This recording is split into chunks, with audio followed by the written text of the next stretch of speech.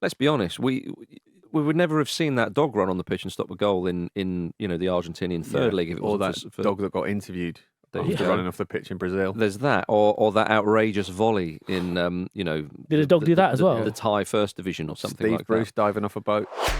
Hello, everybody. Welcome to the Football Ramble Mailbag. Footballers on social media and career comebacks to the order of the day. It's Saturday, 20th of January. I'm Marcus Speller. I'm Jim Campbell. And I'm Dushin Huntaraja.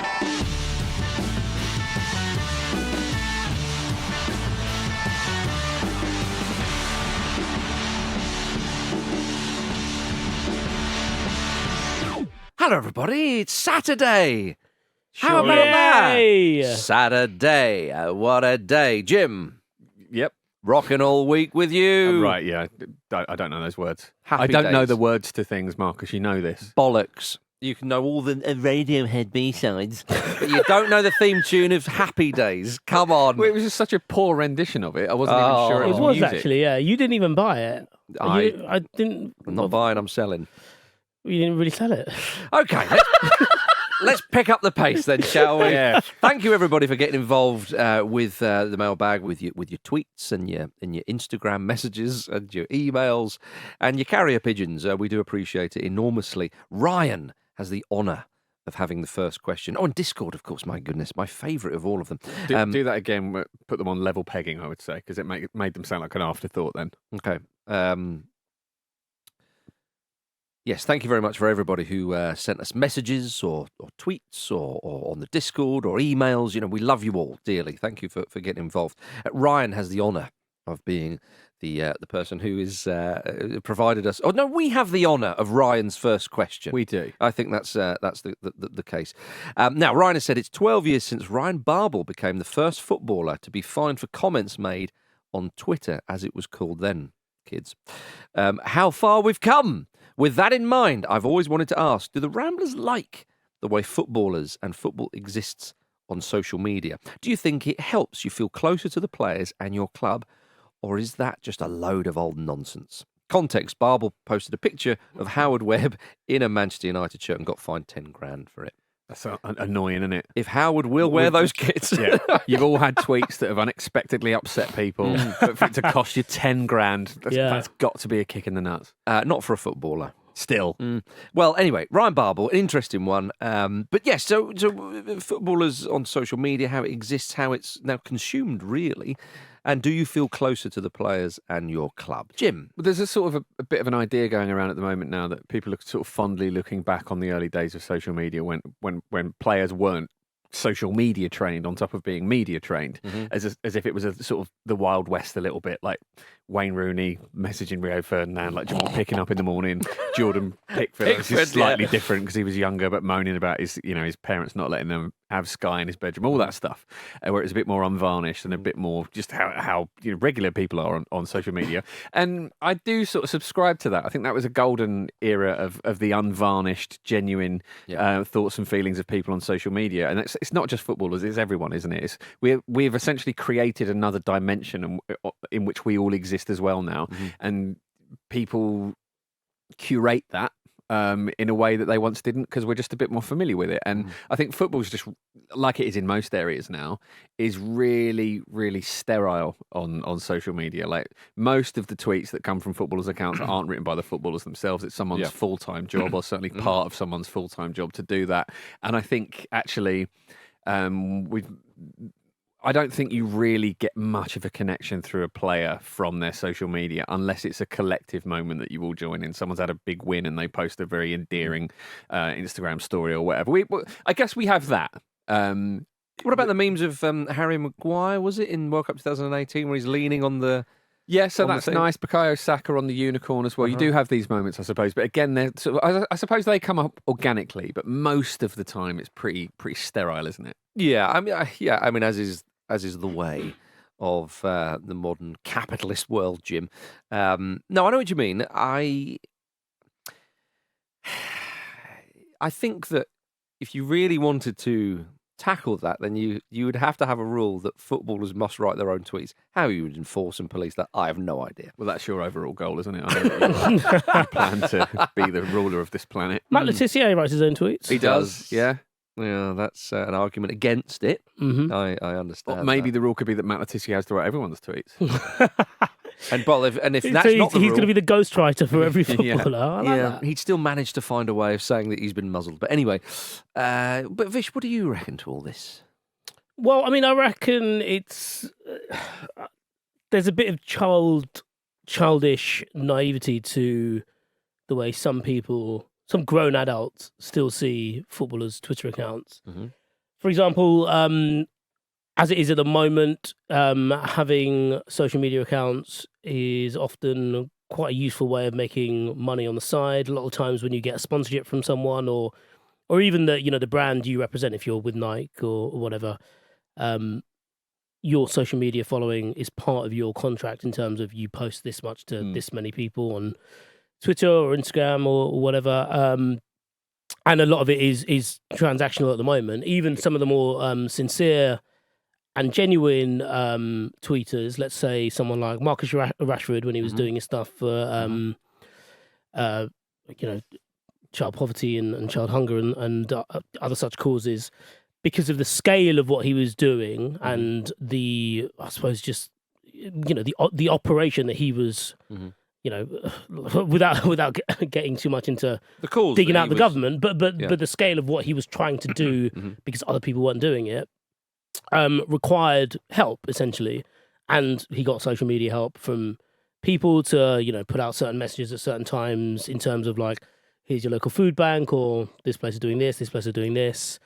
When he was like collating sites for people to donate food and So it can be everything else used for in. good on social media. No, it is, but even then, that was like he needed help and got a manager. And I remember because I bring that up because at the time that was a gotcha, as if like, so he didn't write that tweet. He's not writing his own tweets. Therefore, he doesn't care about the kids. Yeah, just read the fucking message. Yeah. All right, I will. Yeah, but then also like even the funny thing, there was Alan Saint-Maximin, Michy Batshuayi, like players who seem to really fully engage with it and are really funny with it. Even they're cultivated to an extent. They do in essence have a ghostwriter who's like feeding them things here and there and funny videos and stuff like that. I think it's I think sometimes it is quite genuine. I think by and large it's not.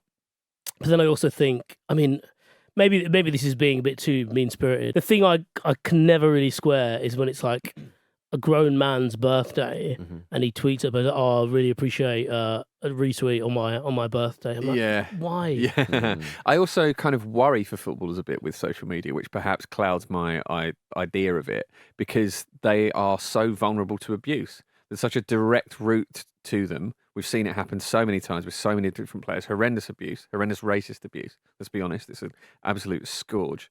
And it is something that's very, very difficult to police, and that social media companies don't actually seem that interested in policing in the first place. So I don't know if I have a particularly positive idea of social media and football at the moment, especially because, let's be honest, some of the thickest people you ever see in your life are people talking about football on Twitter. And because often they have a picture of a footballer or whatever, they're probably 13 and you don't know that, but they look as if they're a peer or an equal, but they might be saying the most outlandish, ridiculous stuff you've ever heard. I suppose conversely with the social media thing in terms of racist abuse, a lot of the times it's been quite a useful vessel for players to call out that kind of stuff, especially in the mainstream media, and so it's generally injustices as well. So I mean, I can see that part it plays in it. I think by and large, though, footballers on social media are not particularly good, rewarding, or C kind of so the question, necessary thing. Yeah. So the question is also how football exists on social media. Let's be honest, we would never have seen that dog run on the pitch and stop a goal in the Argentinian third league. If it or wasn't that dog that got interviewed after running off the pitch in Brazil. There's that, or that outrageous volley in Did a dog do that as well? The Thai First Division or something Steve like Bruce that. diving off a boat. Yeah. I mean, that So sort of you got to exists. take the rough with the smooth. Is that what you're saying? I just think that with how football exists on social media was a part of the question. I think that we see a lot of clips, and that can influence how people think of certain players as well. With highlight reels and all that kind of stuff. That's not social media per se; it's more sort of YouTube, but it does come into play. But it does sometimes quite literally highlight some incredible things that you'll have never seen before. You used to have to watch. Danny Baker's own goals and gaffes, or Nick Hancock's football Transworld nightmares. Sports. Or, do you know what I mean? So I think for that, we've shared tons of stuff. And we continue to get all these little nuggets and so on. That, I think, is a marvellous part of the way football exists, if you like to use the words of Ryan, on social media. I mean, does it help do you feel closer to the players in your club? I think... I was thinking about this in terms of musicians. If you think about in the 80s and 90s, or more the 90s really for our day, you might see your favourite band or artist interviewed once in a blue moon. You might even know what their voice sounds like. And then and so whatever they say, that is heavily sort of scrutinised. I don't think the scrutiny goes away, but you hang off their every word, and maybe they might be on a Radio 1, in BBC Radio 1 or whatever it may be. And you would have very, very little, and it would be left to the imagination. So I don't know whether that's good or bad, but now you have a lot more access in a sense, and it's the same with footballers. And I think as a young person, I think I would have absolutely loved that. Yeah. And actually, do you know what? Even as someone my age, I actually love, I've often talked about the England social media, funnily enough. I love, like the other day, I was watching Jack Grealish and Declan Rice playing this silly game at St George's Park, the England training. Yeah. And I was just enjoying it. Do you know what I mean? It does. None of that existed when we were growing up. When it's curated well, and you've got a really good social media manager, and they've got a team who know what they're doing, it does give you a sense of connection to those players if it's your club, and obviously that extends to England as well. And that's sort of what you want, isn't it? I suppose you're right. 20 years ago, I wouldn't know what Jorginho's favourite movie was, but I saw a clip with him talking. I can't remember what it was now, but I've certainly seen a clip of that sort of thing recently. And the idea Die with a vengeance. The idea of supporting a football club, which so many people that don't understand football don't get, is that you are you're kind of investing in this institution, and it's a community that you are a part of, and it doesn't matter who's wearing the shirt. It was there 100 years before you. It will be there 1,000 years after you if we don't ruin the planet, which we definitely will, etc. Or the league. Jim. Yeah, you don't even have to go that big. But yeah, and I suppose it does help you connect to that by them giving you little slivers of things that they think are interesting. And I don't know, even though it's really, demonstrably and objectively a little bit silly, you do feel connected to those individuals on the pitch, even though you don't know them personally. You feel like they represent you because you made a decision as a kid that this football team is the best, and they then have to go out and prove you right every single time, which is exhausting after a while, isn't it? Yeah, and I think it does make them ostensibly, and it's the sort of perhaps the not the myth, but the appearance of it is that the people are more affable. That's what people want. Whenever you meet a famous person or someone's met a famous person, you go, what are they like? Yeah, it is always the question. And so with regards to what I was saying about musicians and all that kind of thing in back in our day when we were growing up, you were desperate for all these nuggets. Now, on one hand, it made it more special when you got something, but on the other hand, you always wanted more. And we're now coming at this as very much as adults, and so I don't sort of get starstruck in the same way that I would have done years ago, and all that kind of thing. But I do like thinking, actually, I feel like I know these chaps a little bit more, or something like that. And some of the Fulham media, like when Tim Ream turns up, and that there's that chart, and there's that kid who sees him and cannot believe Tim Ream, one of his heroes, is there. Obviously the Fulham player, and just like gets emotional, and Ream sort of arm around the shoulder. It's just lovely stuff to see. I think just inevitably with anything, social media in general, you can use it to be a bastard. You can use it for nefarious purposes, but actually also there's a lot of good stuff on there. A lot of good stuff on there, Vish. Yeah, I think my first answer, I'd probably like to have it back actually, because I was talking exclusively about Twitter /X. Whereas the point you made about the England team, I think that was a huge part of just the groundswell of love that they got during the Euros in 2021. Watching them turn up when they get to St George's Park out of the taxis, I'm going, there's 9 minutes left. I've got 2 children to look after. I'll just watch the next 7 minutes. Well, those inflatables were a big part of it. Yeah. And then they brought them back because people wanted the inflatables back. Yeah, that was why they brought them back. Indeed. So I think there's also can we just, while we're on this subject very quickly before we move on, do you have a favourite England social media thing? Because you reminded me of mine. As in a particular set piece that the England... Yeah, or like a moment within a set piece. Because you reminded me of mine when Dominic Calvert-Lewin got his first call up under Gareth Southgate. Yeah. he walks up to the door, and it just so happens that Southgate's at the door. Oh, right. I don't know if Southgate was going to greet him anyway, but he's Mm-hmm. at the door and he says, welcome. And Calvert-Lewin is wearing a flat cap. Yeah. And as he goes to shake Southgate's Like an old hand, man sort of flat yeah, he cap, takes the flat cap off and shakes his hand. That's lovely. Which I was like, I'm not old enough to find this adorable, but I find it adorable. That's lovely. Yeah. And Southgate comments on the cap, Yeah. and Calvert-Lewin says, "Oh yeah, it's actually my granddad's. Mm-hmm. He's always been obviously a big supporter of his, and I think he might have passed away quite recently. But he was like, I just wanted to wear it for granddad, Yeah. Oh. and that's contained within a standard meet and greet. Yeah. Comes over, shakes his hand, they have Yeah. that conversation. Yeah. You wouldn't have seen it No, nothing like otherwise. that. They Nothing wouldn't, like and that. also it wouldn't have been a set piece because Yeah. it's it's quite a personal thing. Mm-hmm. But just so many things in that moment. I was like, I fucking love everyone here. Yeah. Yeah. Unless anyone Unreasonably. anybody disagrees, I think it does make you feel closer to the players in the club. Does it actually? I think you're not talking about actuals. It doesn't mean to say you get 20%. You can only go off. on how it makes you feel. Exactly, you're Really not feeling. answering this You don't get question. 20% off the tickets. You don't get access to all areas, and none of that bollocks. But you get the feeling. Yeah, you get know, a sense that you know the personalities to some degree. Like to a I think- slightly better yeah. degree, and then also. I mean, Jack's Encyclopedia is taken exactly from that. There And then, you of go. course, who can forget Jack Grealish not being able to find England on a map or being so unbelievable. certain he wouldn't be able to, he didn't even try, and yet just seeming so adorable. Yeah, exactly. Question 2 is from Tiago. Jordan Henderson is on his way back to European football, which in some ways is quite a mad comeback for him. Leaving aside the issues surrounding Henderson's move, what's the most surprising comeback or career turnaround a player has ever made in your memory? Now, of course, Henderson is now an Ajax player, which has been quite the turnaround for him. I'm going to chuck one out there straight away, a man whose documentary we spoke about recently, David Beckham.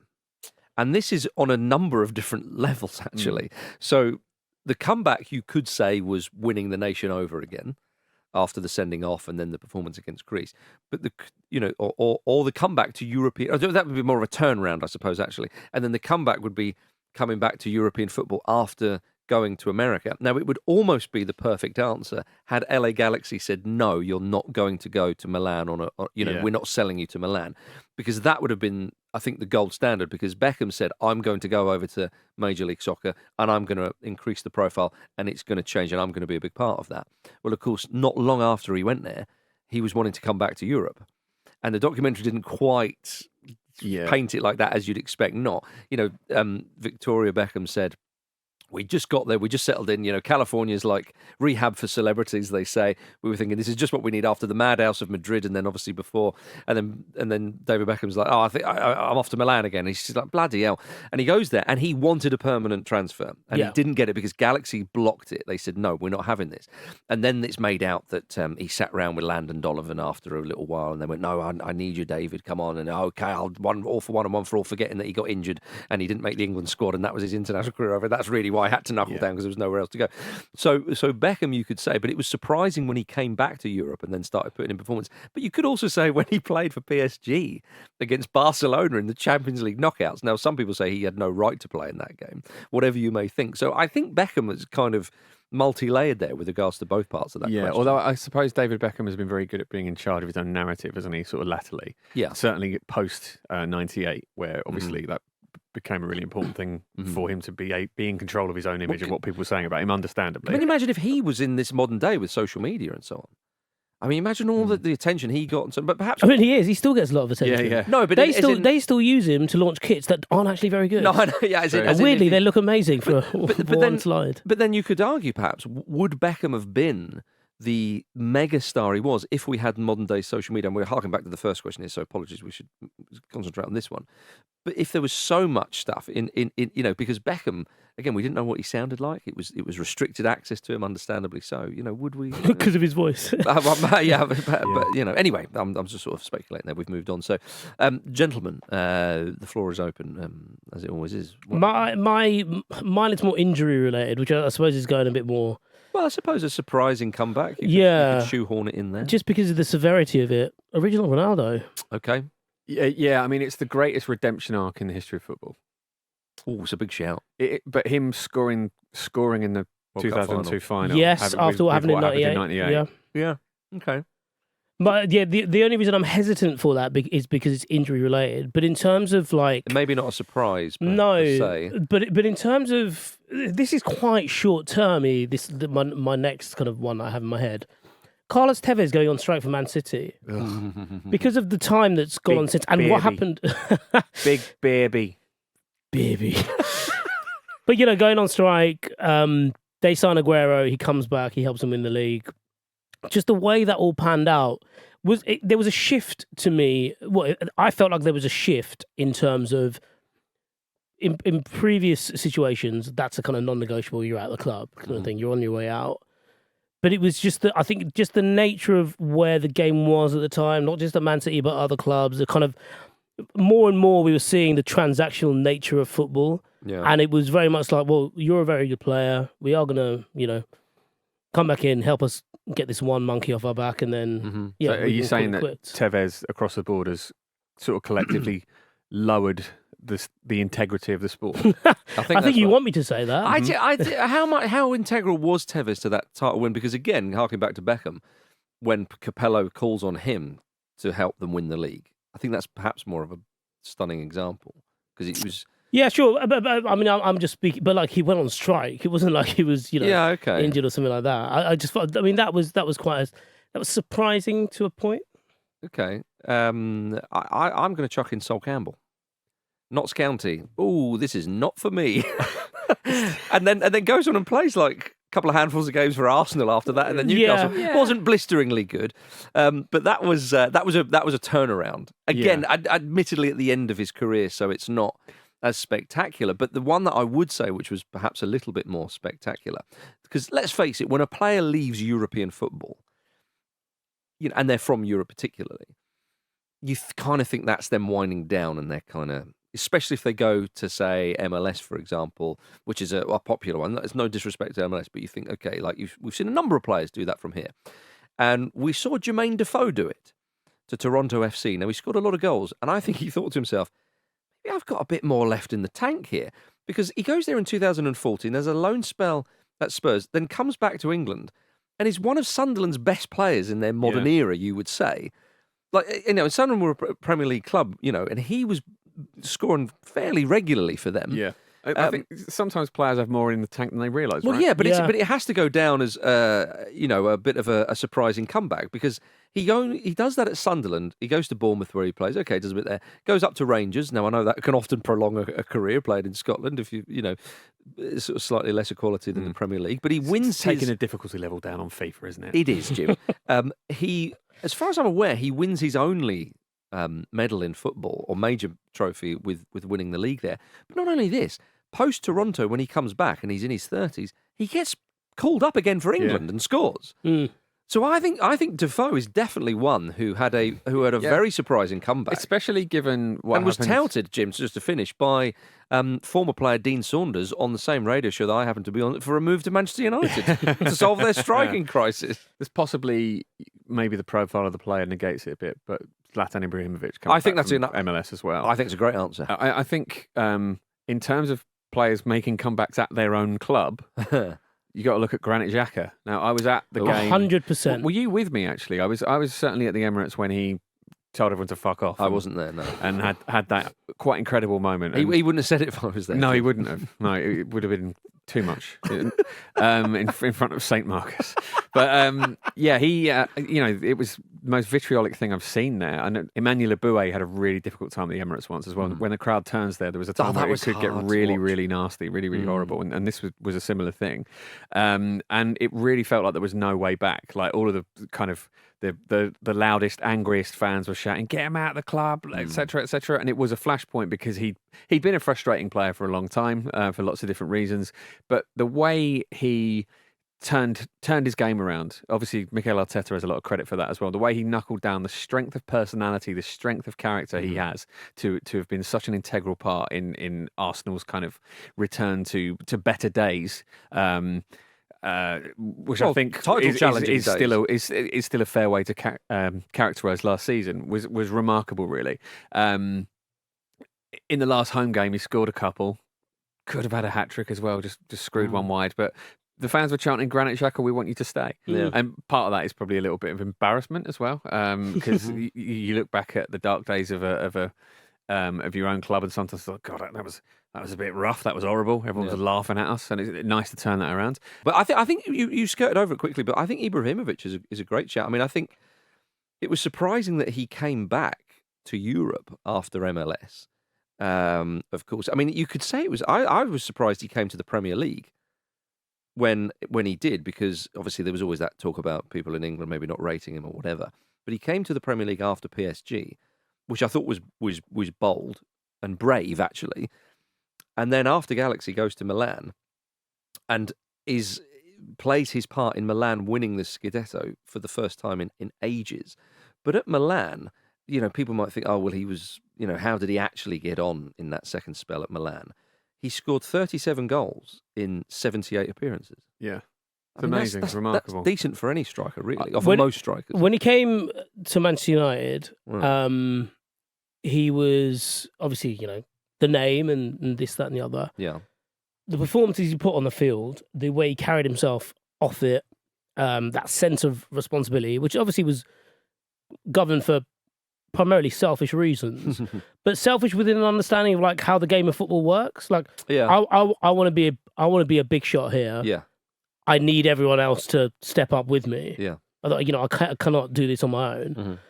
And people say that when he left the Old Trafford, the Manchester United dressing room, completely changed. The dynamic completely shifted, and then there was a bit of a vacuum, and it's one that hasn't really been filled since, truth be told. Yeah, I understand that when he played for them, especially in that second season or whatever it was, people were saying he kind of holds the play up a little bit too much and maybe interrupts the flow thank God we got over that. Yeah. But I'm just saying, to give him the fair crack, that he was good for Manchester United, but there were a few little criticisms there. No, I think I really do think that's overblown. Have I been hanging out with the wrong crowd again? I think you have. Yeah. Well, that's an interesting point to carry forward a little bit, because people talk about the I am Zlatan element of him, but apparently in the dressing room he's a very, very different character, a sort of big brother character to younger players, which is all players essentially in the period that we're talking about. And it was really good to Pogba as well. I think that's something that wasn't really talked about at the time. But yeah, I think their dynamic was very helpful for Pogba, who was starting out still a young kid, really. Yeah, all told. I'm trying to think of like narrative busting players. So like move away from injury and think about like, was there a player that proved everyone wrong? Yeah, but also even from like a characteristic point of view, because I'd be tempted to say, we mentioned him on Friday's show. I think Troy Deeney was someone who, not least because of his history, he did time, then emerged as this like accomplished Premier League footballer. I know there's that's quite a broad phrase, but I've used it deliberately, and that like it felt like he belonged. It felt like he really understood his game. Some people that kind of stuff comes to quite late, and that's fair enough. But yeah, I think maybe him. I think a lot of times, maybe it's because of the era that he grew up in, or he played his football in. That I think a lot of the way Deeney was talked about was quite, some of the language was quite coded, not very well coded, but coded nonetheless. And we have joked about it, like saying he was as good a player as Harry Kane, or he could do things that Harry Kane couldn't do. But I think within that there was some truth to like what he called out as his strengths, because he ended up being to my mind anyway, quite a solid Premier League player. Yeah, he was. Yeah, and it seemed unlikely at the time that was going to be the case. Yeah, I mean, there's no doubt in this chat of surprising comebacks or career turnarounds. See, that is kind of open to interpretation in some sense, and there's some big players. There's some obvious examples we will have missed there. So do get involved on the Discord or wherever to tell us where we failed. Just maybe one more for me. Didier Drogba when he left Chelsea to go to Shanghai Shenhua, I didn't think we would see him again. But then he came back and Galatasaray did all right. Then popped up at Chelsea again, and he loved it, didn't he? But yeah, I suppose that's a more kind of softer example, maybe.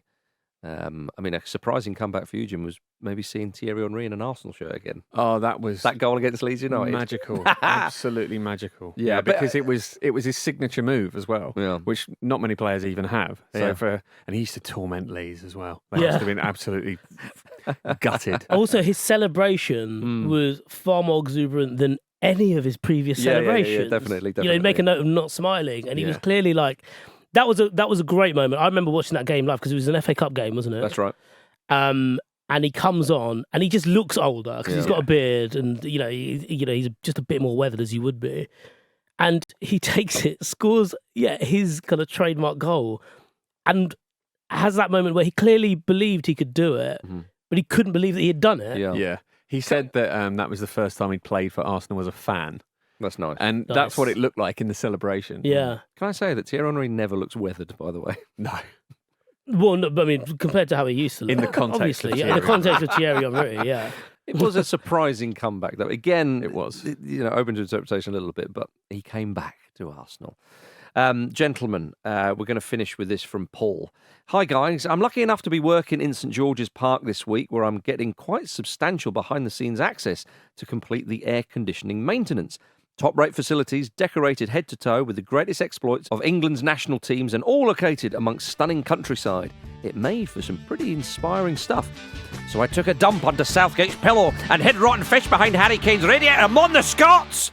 Cheers for watching another fantastic clip from the Football Ramble podcast. Make sure you click like on this video and subscribe to the channel, which means you will not miss a single upload.